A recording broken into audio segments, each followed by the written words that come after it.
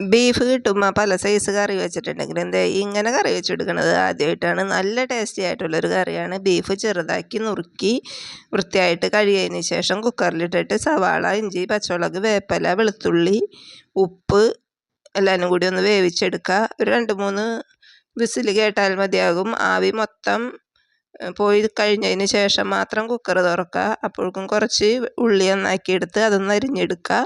അതൊന്ന് വാട്ടിയെടുക്കുക. നമുക്ക് കുറച്ച് ഉപ്പിട്ട് കൊടുത്ത് നന്നായിട്ടൊന്ന് ഉള്ളി വഴറ്റിയെടുക്കുന്നുണ്ട്.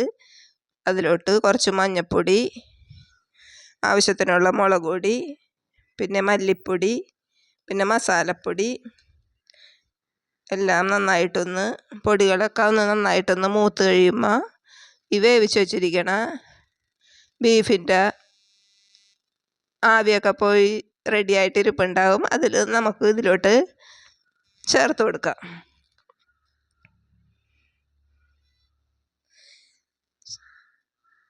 എല്ലാവരും നന്നായിട്ടൊന്ന് വഴറ്റി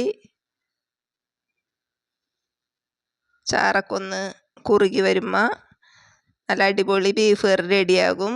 ഇറക്കാൻ നേരം കുറച്ച് കുരുമുളക് പൊടിയും 2 തണ്ട് വേപ്പിലയും കൂടി ഇട്ട് കൊടുത്താൽ നല്ല ടേസ്റ്റി ആയിട്ടുള്ളൊരു ബീഫ് കറിയാണ്. എല്ലാവരും ഇങ്ങനെ ഒന്ന് കറി വെച്ച് നോക്കണം കേട്ടോ.